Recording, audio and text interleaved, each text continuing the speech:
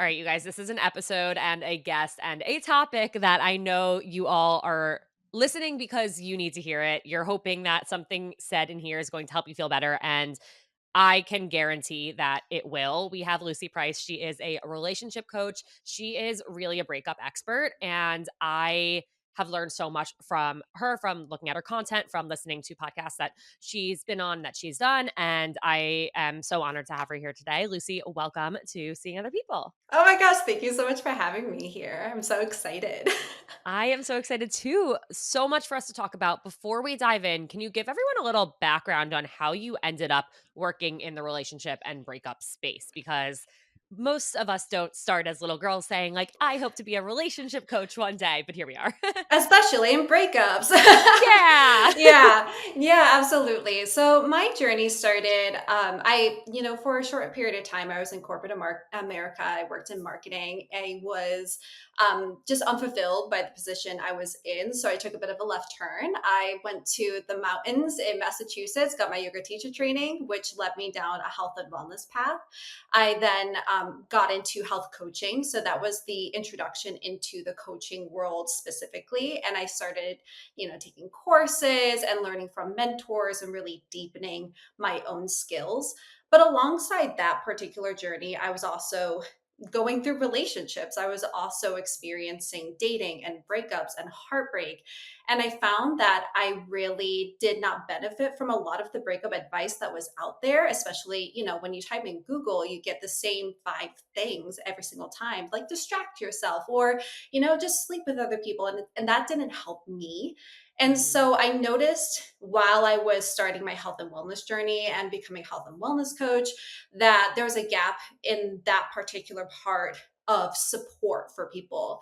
So I was a health coach for a couple of years. I really started to just feel that switching more into life and relationship coaching was a better fit for me. That was what most people were actually coming to me for in the end. So I made that transition and I just kind of kept deepening down into breakups because I felt that that was where I was most passionate in supporting people and moving forward. Yeah, absolutely. And I am completely aligned on, the basic things that are out there. Like, it takes time and Yeah.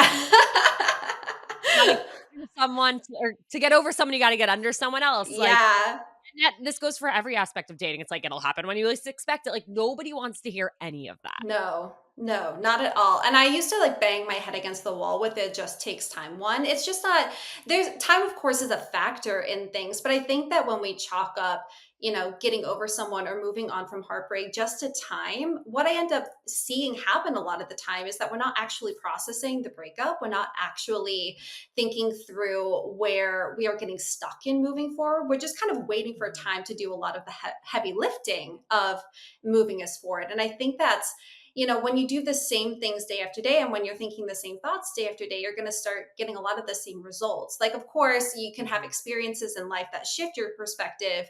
You can go through life and get a piece of advice that really helps you move forward. But I think when we're just relying on time to move us forward, we end up feeling really disappointed and like not much is happening. And that's, I think, because we're waiting on time to do it instead of looking at our own thoughts and looking at our own feelings and processing those things. Yeah, in a way, it takes the responsibility out, and Mhm. it doesn't allow us to empower ourselves to take steps forward Mhm. and to make choices that could help us. And I feel like it's the same as, like gender roles in dating that are old fashioned. It's like, well, you have to wait for him to call. That means you can't do anything. Yeah. That's not true. You No. can. Yes. You can call, you can tell them how you're feeling. You can make decisions and, actions that will get you the results that you're looking for. I really liked how you said that of like replacing our power and these external forces to do a lot of the work for us and almost like giving up some of our own responsibility in that because I think there's so much power we do have in moving forward from breakups and separations, but we just don't recognize it as much. We don't see it that way. It's the same with the other advice of like you just need to distract yourself. It's like again, it's like there's things that are within your power, are within your control, and every time we place those things outside of ourselves, I actually think we do a bit of a disservice towards ourselves and helping ourselves move forward. No, I couldn't agree more. I think that's absolutely it. So let's get into when a breakup happens. Obviously, there's so much healing, like we've been talking about. There's so much processing and trying to make sense of what just happened and how do we move forward. What do you think like the first 24 hours of a breakup should look like? I think when it comes to the first 24 hours of a breakup, a lot of it's just taking in the information. And I know that sounds a little like cliche, but everybody comes at a breakup from a different point in their relationship and a different point in their experience. Some people get a sense that it's been coming, some people have no clue that it's been coming, and it's a complete left field. And so, in my eye, looking at the first 24 hours, it's what can you do to ground yourself as much as possible and just take in the information and just let things land for a moment. I think a lot of people want to start rushing into having all of these conversations or really trying to figure things out or taking all of those next steps. But in my head, it's the first 24 hours. It's okay for you to take a beat and just be like, hold on, I just need to take stock of what just happened Mhm. and regulate myself because I think about when breakups happen, a lot of the time you go into this state of shock, not like necessarily medical shock, but you just go into this state of like, what happened? And there is a little bit of kicking out of the fight or flight system. And I think if we make too many decisions from that place, we're not really thinking about what we want most. We're just kind of reacting rather than responding. So, in my mind, the first 24 hours, regulate yourself as much as possible. Do what you can to look after yourself. If there's anything immediate that you do need to do, like if you're in a situation where you need to go stay with a friend or, figure out accommodations, that's one thing, right? Like, of Mhm. course, do the initial action steps, but really the first 24 hours are what do you need to do to support yourself? How can you ground as much as possible? How can you regulate? And how can you just adjust to the new information that you received or that the new change that you initiated? Yeah, I think that's so important to take that time for you. I think we initially like jump to thinking about like, oh, well, I have to tell everybody I know, like Mhm. all of my friends, like who do I tell first? Like I have to make sure I tell everybody or, oh, like what do I do with the pictures I have on my Yeah. Instagram and like my profile picture and their number and all of these things. It's like that all can wait. Yeah. Yeah, That that can come a all couple days can later. wait. It can come 'Cause a then you're week gonna later. spiral of like, "Oh, Yeah. well, is it petty if I delete these things? Like, Mhm. are they gonna think it's because I hate them or because I'm not over them?" Like, it doesn't matter. It Yeah. does not matter. Don't think about that right now. Yeah, that's not the priority right now. Right now, you're the priority. Looking after your mental, emotional, physical well being is the priority. And I think when we start getting into all of those extra things like, oh, do I need to block them? Do I need to tell everybody? What's everybody going to think about this? Like when we start letting those thoughts into the room, we distract from what I just view to be the most important things, which is your well being, your initial well being Mhm. after having a change in your life that's happening. Breakups and divorces and separations are just big changes in life that someone you're close to and you're moving away from them. And so I think that the first initial steps really just have to be about looking after yourself. Everything else can wait. Yeah, and you have to remember, like, they chose to end this relationship, like, that was their choice that they did for Mhm. them, and Mhm. so now your choices have to reflect your best interest, not Yes. theirs. Yes. Not theirs. Yes, agree 100%. I think so often we start getting our heads into the place of, not worrying about upsetting our ex or not worrying about, making them angry. What are they going to think if I block them? What are they going to think if I start doing these things or if I'm, going on dates or whatever it is at whatever part? But it's like, really, you're the priority now. You've got to look after yourself. You've got to focus on what you want and what you desire. Mhm. And that has to take not I want to say a back burner, but it's not even that. It's just not the priority anymore. It's like Right. they've made their choice. It's now time for you to make your choice in your highest interests. Yeah. What about when it comes to trying to understand their choice? Because, we're human. We like to put reason to why things happen. And so I think a lot of us spend so much time trying to search for the answer and trying to figure out like why did this happen? Like where did I go wrong? What could I Mhm. have done differently? Can you talk a bit about whether or not you should try and find that answer, if that answer even exists, and Mhm. that thought process just surrounding like why the breakup may or may not have happened? I think that there's a benefit in self reflection in terms of supporting yourself in future relationships. Like, we all have I think about breakups and separations, and I think often we all have things that we would have done differently if we had a different chance, or, maybe could have done differently, could have done better. But I also think sometimes we get stuck in looking at the why, looking for the answer. Like we think that's going to give us a sense of closure. We think if we can just figure out that one thing that led to the breakup, then we could either get back together with our ex in some cases, or we could have prevented the breakup from happening, or we can finally let it go. But the thing is, you could have a million conversations with your ex and get a million answers, and it still not be enough for you to let go and move forward because you don't agree with it.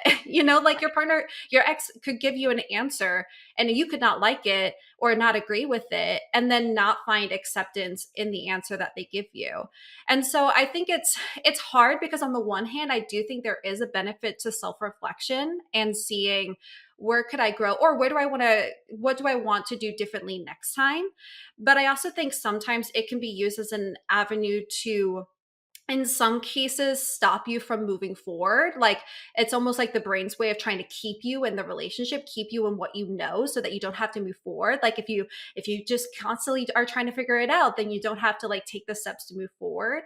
I also think in some cases it's not the way that you're going to get closure. Like I think sometimes we think our ex is going to give us closure, but really we create closure for ourselves. Because when I really get to the root of closure, it's acceptance that the relationship has ended, and you don't need your ex to give you that acceptance. You can create that acceptance for yourself.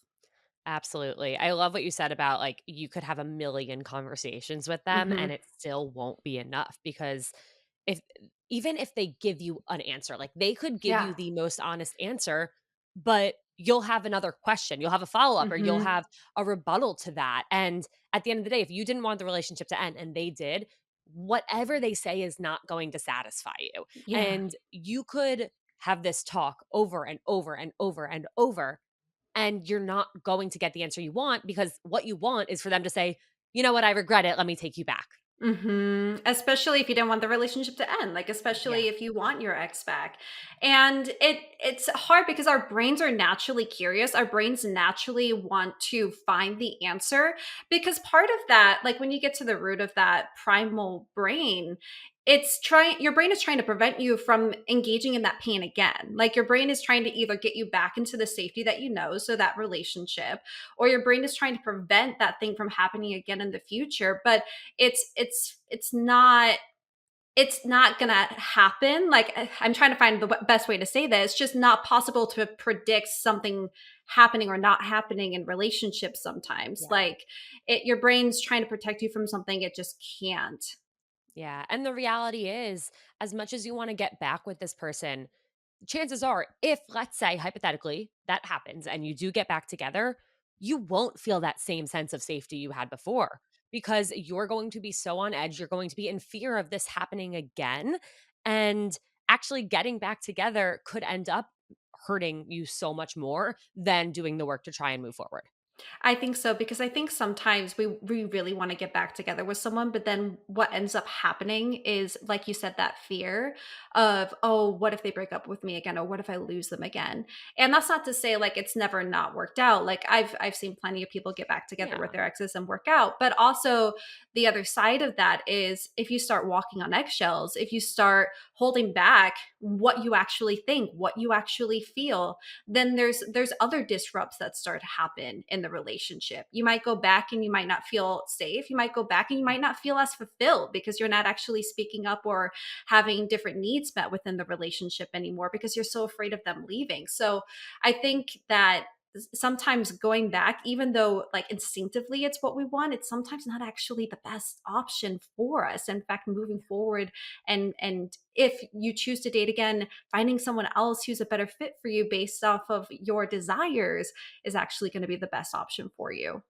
Yeah, absolutely. And why would you want, and listen, not why, because I get it. I've been there, but it's like, why would you want to have to convince somebody to want to take you back who was already willing to let you go?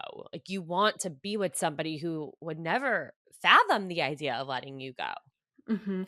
And I think about for this is my own personal opinion coming in now. It's like I want to be with someone who is for me. Like I want to be with someone who wants to be with me. I want to be with someone who sees my strengths, sees my beauty, sees my uniqueness and chooses that, like chooses me.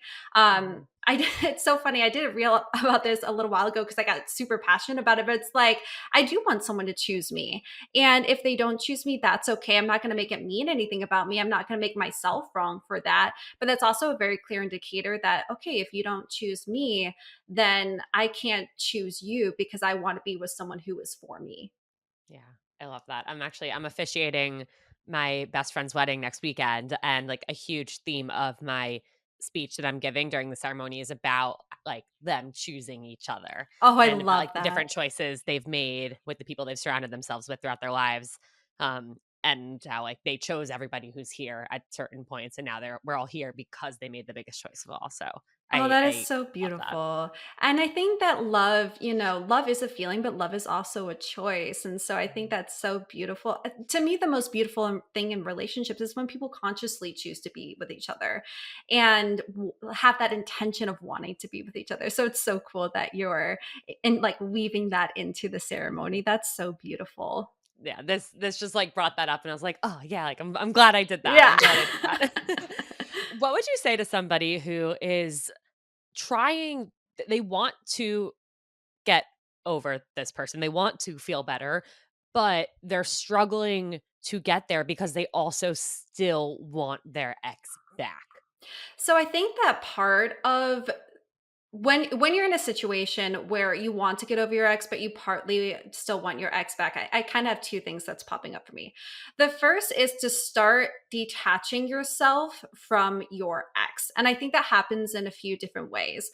I think that it happens from creating space between you and your ex and having less of those interactions with your ex. Like if you can go no contact, great. That gives you a very clear cutaway. Some people don't actually have that ability. Maybe it's because, co parenting. It could be because you work together, shared friends, community. It could be a whole list of reasons, but there's still ways for you to create space between you and your ex. That could be digitally, that could be in person, that could be through conversations with people, but it's possible. So I think starting to create that space, but then also watching your thoughts of how you speak about your ex and how you think about your ex. Like if you are speaking about your ex like they are the best thing that's ever happened since sliced bread and you're never going to get over them and you just lost the one, then of course you would continually want them back. I think when you notice those thoughts come up of like, oh my god, I just lost my soulmate, there's an opportunity to pause there and go, hold on, what if that's not true? Start questioning your thoughts. What if I didn't just lose my soulmate? What if I'm going to meet someone who is like way better for me and such a better fit for me and is like absolutely like someone I couldn't imagine not being with, and starting to question those thoughts and then starting to just talk about your ex differently. So, something that I like to use for that is, okay, I really think that my ex was so kind and so caring and he was like so charming, and also, he left the apartment a mess every single day. And also, he was never good at engaging in conflict. And also, he never apologized for anything he did. So, starting to balance them out in your mind can be really helpful as well. So, starting to take space, starting to detach some of your thoughts around them that are starting to create some of that grippingness. And then I had another one, but I'll be honest, it slipped my mind just now. So hopefully it Happens comes back. all the time. No, I love that, and I love this concept that, you can tell yourself a different story, and if you're catching yourself, like, in your feelings, really, like, thinking about the past and, in the moment, it feels like, it's more painful to have those thoughts of, like, "I just let this person slip away," like, how I had them and now I don't anymore. It's like, you can tell yourself a different story. And I do believe that like thoughts become things and like what we think does matter.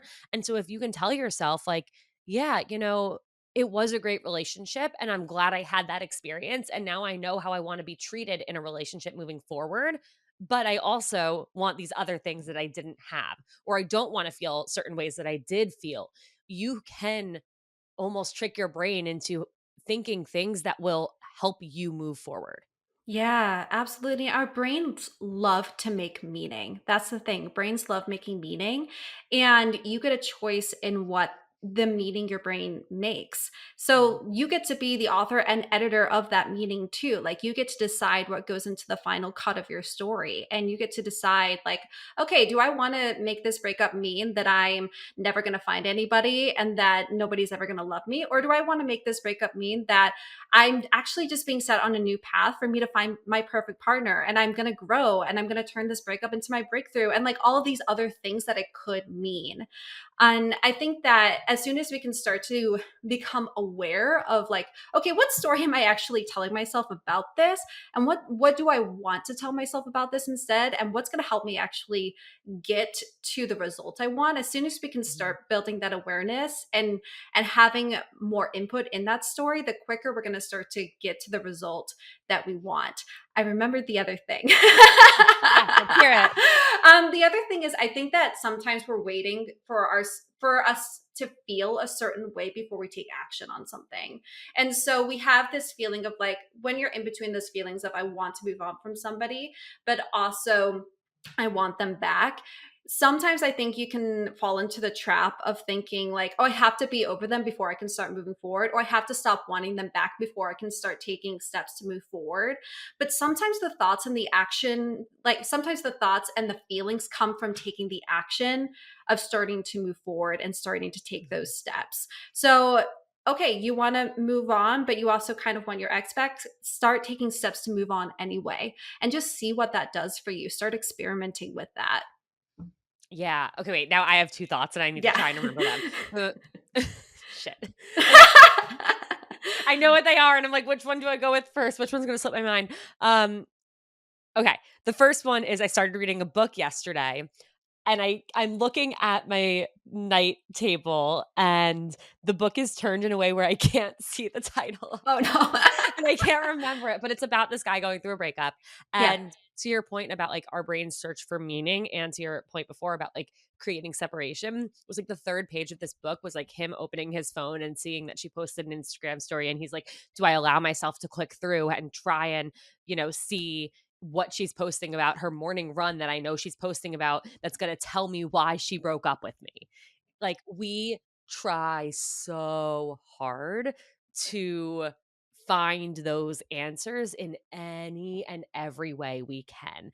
And we assume so many things in the process. And like we said before, like the answer doesn't matter.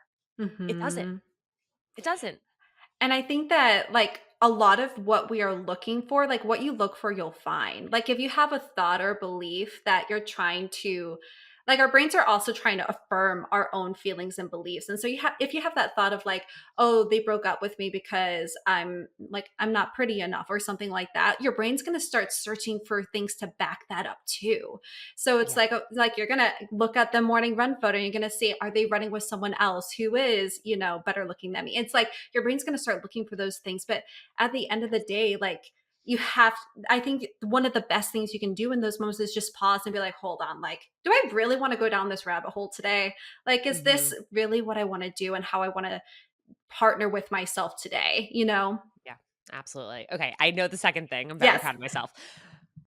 In terms of like making those moves to, move forward and to try and get over this person, when somebody starts going out on dates again, and this is a whole topic we could talk about, but the first thing that came to mind when you were speaking was, what if you go on a date with somebody, and you actually posted a great post about this on your Instagram recently, where that date or like the dates you're going on are making you miss your ex even more? Okay, so there's a couple things here. My brain always runs a mile a minute, but the first thing I want to say is sometimes we look at dating as a way to try and get over our ex when we haven't actually done some of that processing work to get over the ex and to feel our feelings. And so sometimes when we're dating, we're looking at the people we're dating to meet a need of ours to get over our ex rather than to get to know them for who they are and for their own interests and to see if you are compatible with them. So the first thing I would say is I think there might be an opportunity here just to take stock and go, okay, do I want to be dating right now? Like, is that a desire for me right now? Or am I dating because I feel like I have to, because I feel like this is going to get me over my ex, because I feel like, oh, I just need to move on. And so I just need to go on these dates and get over it. Like, what are some of the intentions behind that? I would also say that there's an opportunity to create a little bit of separation of recognizing like what the grief actually is, like getting a little bit more specific around the grief of like, okay, are you missing your ex more because you miss a sense of familiarity, and can you give yourself an opportunity to grieve that and process that? Or are you missing your ex a little bit more because there are certain qualities that your ex had that you really appreciated and you're not finding those qualities as much? Like, can you just give yourself a moment to really get clear on what the missing piece is, and let yourself fully feel that and grieve that and process that for yourself. Yeah, no, 100%. In terms of grieving, when we're going through a breakup, I get so many questions about like, how do I not blame myself? Or, like this person broke up with me. They're the person who loved me so much. Like, but then they decided they didn't want me anymore. Like, clearly I'm not enough or I'm not good enough. How do we break that narrative and again, like tell ourselves a different story? Because that's first of all, like, you probably didn't do anything wrong, and second of all, that's not why the relationship ended. It's just not, and you are good enough, but I know every single time I went through a breakup, the first thing I thought of was like, "Well, I'm not enough, like, nobody is ever going to love me. I'm not worthy of this person. Why would anybody else wanna be with me?" Yeah, so like when we look at stopping blaming ourselves for the breakup or not feeling good enough, I that's when I really like to go into the beliefs that we have about ourselves. Like, what are your beliefs about yourself to begin with? Like, do you constantly blame yourself for everything regardless of like what category of life it's in? Like, do you notice you're blaming yourself for the breakup, but you also blame stuff in your career, in your work, in your hobbies, your friendships? Like, is this just about the breakup, or is this a overarching belief? And starting to really understand yourself a little bit differently and get underneath that belief a little bit more. So if you have that belief that you're not good enough, how can you start to again challenge that belief? How can you look at, okay, where are all the ways that I am good enough, or I'm just okay? Like, if good enough feels like too much of a stretch, how can you start working your way up to that belief? How can you take those baby steps and take those ladder steps to feeling better about yourself and feeling more positively about yourself, and looking for all the things you did do right in the relationship, all the ways in which you did try in the relationship, all the ways in which you did grow in the relationship, and you did put yourself out there more, or speak up about your needs more, or set a boundary that you hadn't set before. Just like looking for those small wins for yourself is so powerful in starting to shift that belief system. But I think sometimes, like, we don't want to go there because we're so attached to the not enoughness belief. So I, I don't know if this will make sense, but I think sometimes we have to like look for the positives when our brain doesn't want to. Like, sometimes we just want to Mhm. like blame ourselves. And I think that actually maybe this is an opportunity to really challenge your brain to actively look for things that you did well, or that you're proud of, or where you did grow, instead of just letting yourself stay in that ruminating self-blaming place. Yeah, no, absolutely. That happened to me actually where I was talking to it was probably like a month or two after a breakup, and I'd gotten coffee with an older coworker who I looked up to, and I was telling her that I was having a really difficult time moving on, and she was like, "Well, have you figured out what you learned from the relationship?" I'm like, "What do you mean? I learned that like I like wanted to be with somebody who didn't want to be with me. Like what else is there to say?" And she's like, "No, really, like think about what you learned from this relationship." And that she said that was some advice that somebody gave her that really helped her move on. And once I tried, doing that exercise, I was actually able to find so many positives of things like you said, that like things I learned, things I did, ways I grew in this relationship, that even though the relationship was over, I was able to take those things with me. I was able to take things I want in future relationships, things I don't want. And I remember I wrote those down, and that was such a helpful exercise for me to stop focusing on like all of the things I could have done differently, or well, this person who I now put on like the world's tallest pedestal thinks like they don't want to be with me. So who what it's like, well, there's all these positives that came from this relationship, even though it's over. And that's okay. Yeah.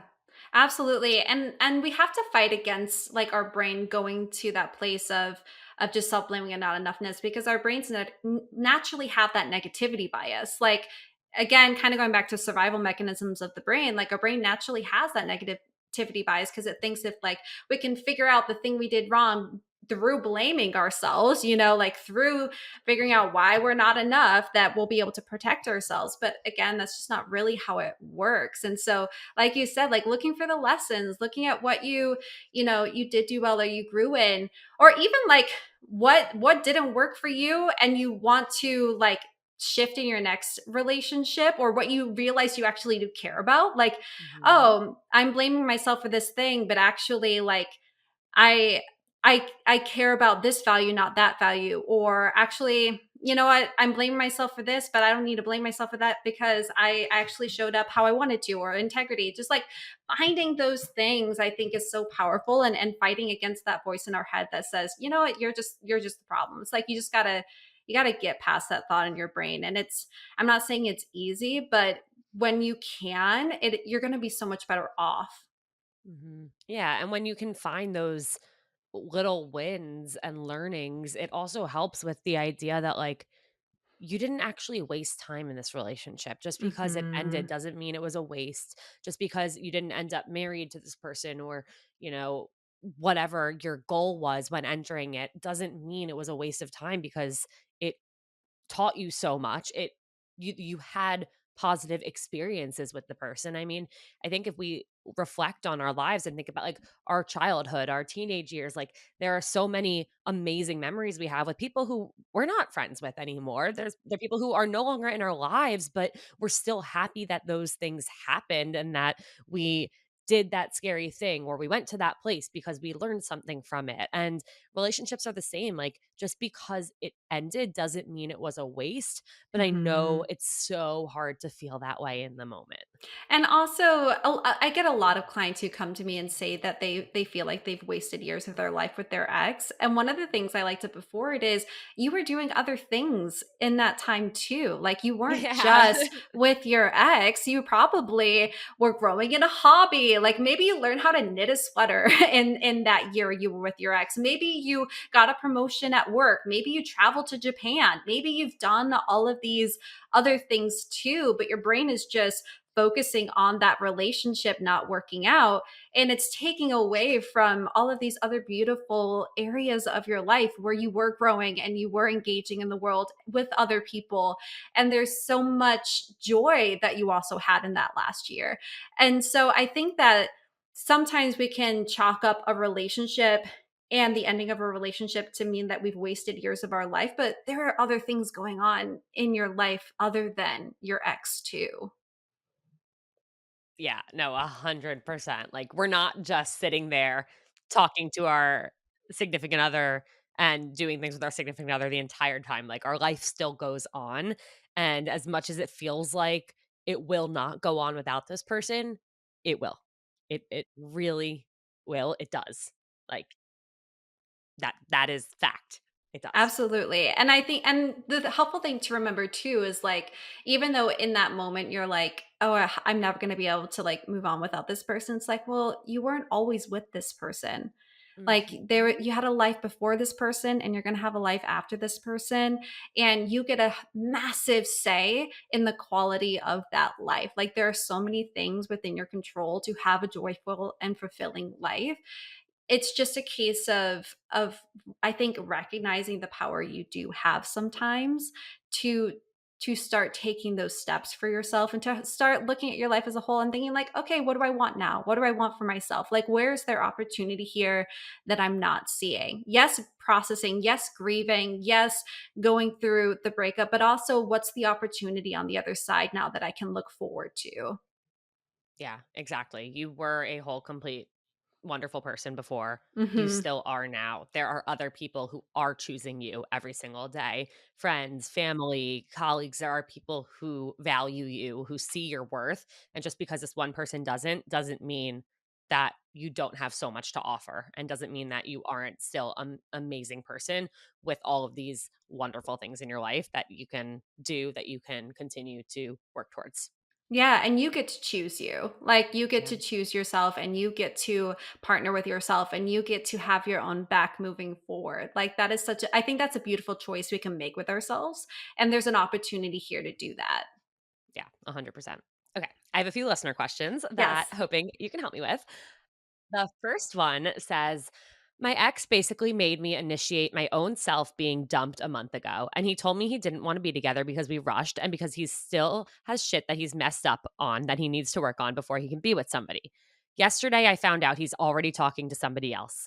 I can't help but feel not only inadequate, but like I'm not good enough. I know I deserve better, but how do I stop obsessing over why and just move on? Okay, so when it comes to stopping obsessing over the why, I think it goes back to how can you create closure for yourself and where can you find acceptance in this situation? And how can you work off the information that you do have? So our brains are going to make a lot of meaning. Right now your brain is making it mean it sounds like your brain is making it mean that you were inadequate or you were the reason. And at the end of the day, I think there's an opportunity here to instead let to recognize what is on your side of the street and what was on his side of the street. And it sounds like he, for whatever reason, was not investing either in some of the skills or in some of the emotional processing or getting the support that he needed to show up to the relationship, or this might sound really bad, but he just didn't want to actually do the work for the relationship. And I think there has to become finding acceptance in that. And then also choosing for yourself to let yourself really grieve the relationship, let yourself grieve the energy and the investment that you put in the relationship, and allowing yourself the opportunity to hold yourself as much as possible right here and to really catch your brain when it goes into the, oh, my brain is making it mean that I wasn't good enough or that I'm inadequate, really pausing in those moments and challenging those thoughts of, okay, where were you good enough? Like, where did you show up in that relationship? Where are you? Um, really trying, and where do you really care, and what were your strengths around this situation, and allowing yourself to feel what you're feeling without making it mean anything. Like, allow yourself to Mhm. feel the feelings without attaching all of this meaning to it. And when I think about feeling the feelings, I really mean like just feel the sensations in your body. Let yourself feel the grief, feel the sadness, feel the frustration, but don't get lost in your thoughts about it. Like, go through the feeling and then shift the focus. Like, what do you want this to mean? Do you want this to mean that you weren't good enough? Or do you want this to mean that he didn't show up to this relationship? He didn't, you know, put the time in that he wanted to, he didn't put the time in to really grow this relationship, and that you deserve to be with someone where you can grow and where you can't, someone who does want to show up, someone who does want to do the work with you. So I think pausing, letting yourself feel everything, let yourself go through the grieving, but like really assessing, like, actually, where did I show the F up in this? Mhm. Where did I really stand in integrity? Where were my strengths? And where do I want to go from here? Yeah, I also think in this situation, in terms of obsessing over the why, sometimes it's helped me to like take a step back and think about, okay, I've had dating experiences, I've had relationship experiences. There have been times where, there's been somebody who's great and like I'm seeing it through. And then I just decide, like, yeah, this like really isn't for me. And that's hard to articulate to somebody. So we come up with reasons that sound better than that as to why we can't or don't want to continue this. And then we move on and find somebody that we do want to pursue. And so maybe the why is just that he's not your person. And for one reason or another, he was in this and thought, like, you know what? Like, this actually isn't the fit that I'm looking for. I'm going to give her a reason that it's about me to soften the blow. And then he moved on and found somebody that he did feel it with. That's one way that I think like I've tried to zoom out and say like just because somebody ended things with me doesn't mean there's something wrong with me because I've ended Yeah. things with perfectly great people who just weren't my person. Yeah, and I think you hit on something helpful too, which is like sometimes we do fall into those situations, and it's a hard pill to swallow, but sometimes we do fall into those situations where we're not we don't want to pursue something with someone anymore, and so we do come up with those excuses, right? We do come up with those other reasons to try, like you said, to try and soften it, to try and soften the blow. And then we talk to other people because we are still wanting to date, or we still want to build connections with other people. So I think that's why, kind of going back to the why, like sometimes like we can keep chasing down this why, but the hard truth is people can lie. Like people can, Yeah. not really give you the answer. And so I do think that's where finding your own acceptance and coming up with your own whys can be helpful in moving forward. Yeah, absolutely. Okay. The next one says, my very intense 2 year relationship ended 2.5 years ago.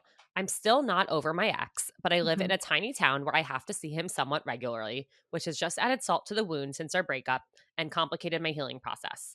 Next weekend, we'll be at the same wedding and he's bringing his new girlfriend. I Mhm. know it will be really hard for me to see them together. He's the PDA type and I'm very single, but I want to make this weekend about being with my friends and celebrating a couple we both adore, not my sadness or insecurities or the confusing feelings I still have for him. Any tips?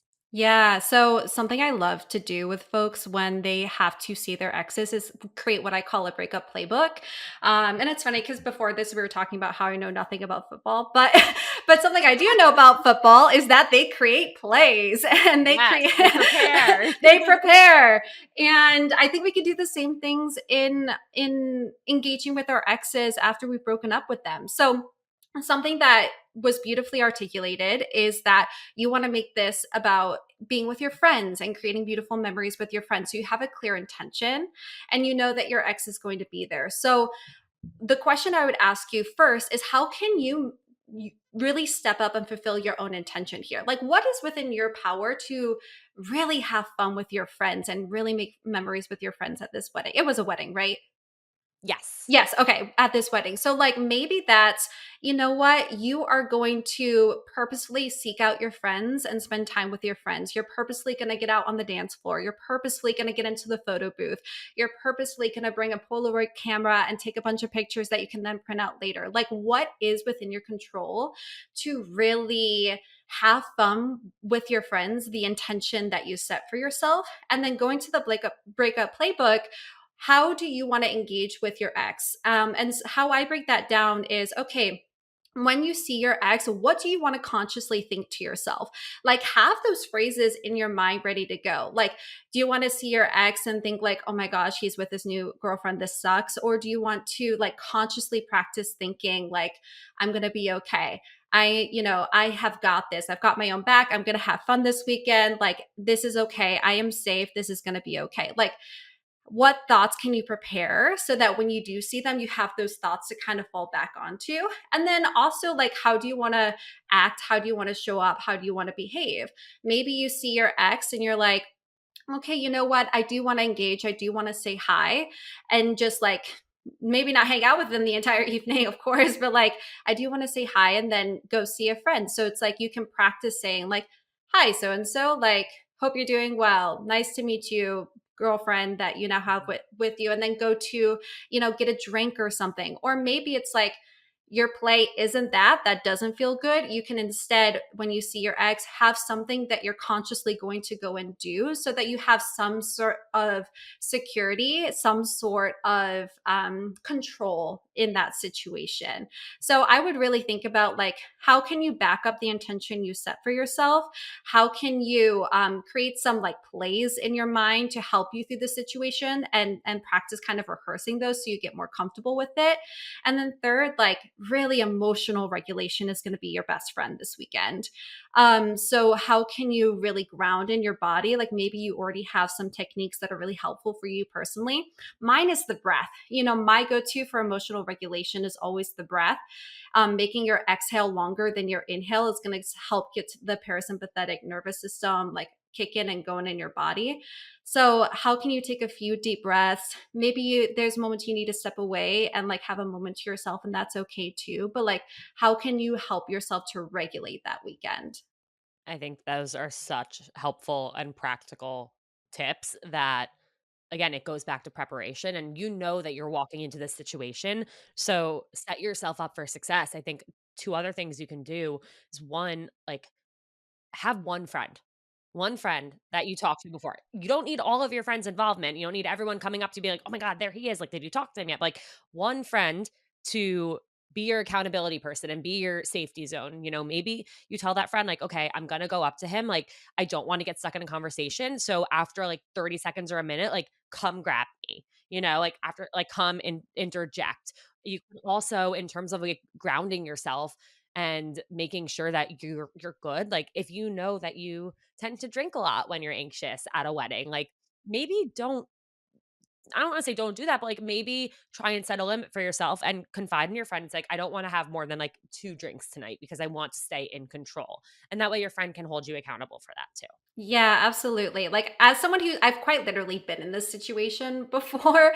Like I ended a relationship with somebody and like a few months later, again, like a reception at a wedding, and I knew Mhm. that person was going to be there. And going back to the friend support that you mentioned, I think that having a friend you can anchor to, like your friend's already going to be there. That is a massive benefit of this situation. Get your friends on board with supporting you. Or I say get your friends on board, ask them to support you. Chances are they Mhm. want to support They, you. they And will be so, on board. Yeah. yes, they're It's not already going too to be much on board. convincing. Exactly. So, like, have a few people you can anchor into, like you said, and don't be afraid to ask for what you need from your friends or what you think would support you, and like really allow yourself to have that support. Yeah, absolutely, and good luck. You got this. You're gonna You be got okay. this. Most importantly, you're gonna be okay. Yeah. We end every episode of Seeing Other People with one final question, and that is, what is the best piece of dating or relationship advice you've ever received or have to give? Okay, so the best one I got, so as someone, I used to have massive relationship anxiety. And I I used to really get anxious about people leaving me and people not wanting to be with me. And the best piece of advice that I was given and I've really taken on for myself is learning to be okay no matter what, and trusting that I'm going to be okay no matter what. And I have that power for myself to be okay no matter what.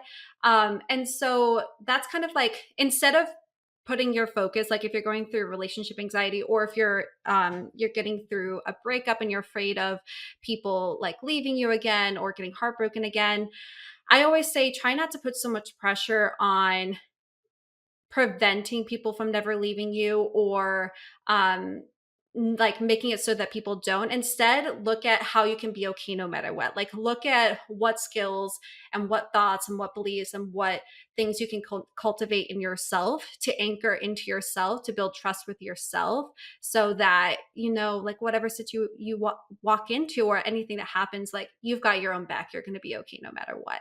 So that's what comes up for me. That's what made the most like difference in my life. So that's what I'm going to pass off. I love that so much. I think that is so, so impactful, and thank you for sharing that. Yeah. Lucy, this has been so, so great. Thank you so much for your wisdom, for your kindness, for everything you've had to share. Where can everybody find you? And if somebody is going through a breakup or just loved you as they should and wants to work with you, are you accepting new clients? I am. Yes, there's a few places you can come and find me. So the first place is my Instagram, so lucy.m.price. I do a lot over on Instagram. You can also find me on my website, www.shiftyourstory.net. And then I have a podcast as well called Breakups and Breakthroughs. So feel free to come and join me over there too.